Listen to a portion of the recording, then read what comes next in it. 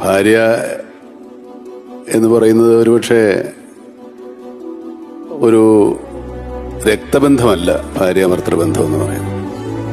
നമുക്ക് ഏട്ടൻ, അമ്മ, അച്ഛൻ, അമ്മാവൻ, അമ്മായി, ചെറിയച്ഛൻ, വലിയച്ഛനൊക്കെ ഒരു ബന്ധങ്ങളാണ്. ഒരിക്കലും നമ്മുടെ ആ ബന്ധങ്ങൾ മുറിച്ചു മാറ്റാൻ പറ്റില്ല.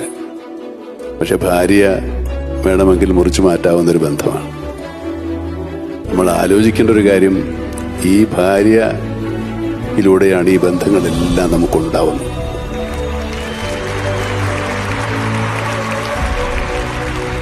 മുറിച്ചു മാറ്റാവുന്ന ഒരു ബന്ധത്തിൽ നിന്നാണ് മുറിച്ചു മാറ്റാൻ പറ്റാത്ത ഒരുപാട് ബന്ധങ്ങൾ നമുക്കുണ്ടാവുന്നത്. അപ്പോൾ ഭാര്യാഭർത്തൃ ബന്ധം എന്ന് പറയുന്നത് വളരെ ദിവ്യമായൊരു ബന്ധമാണ്.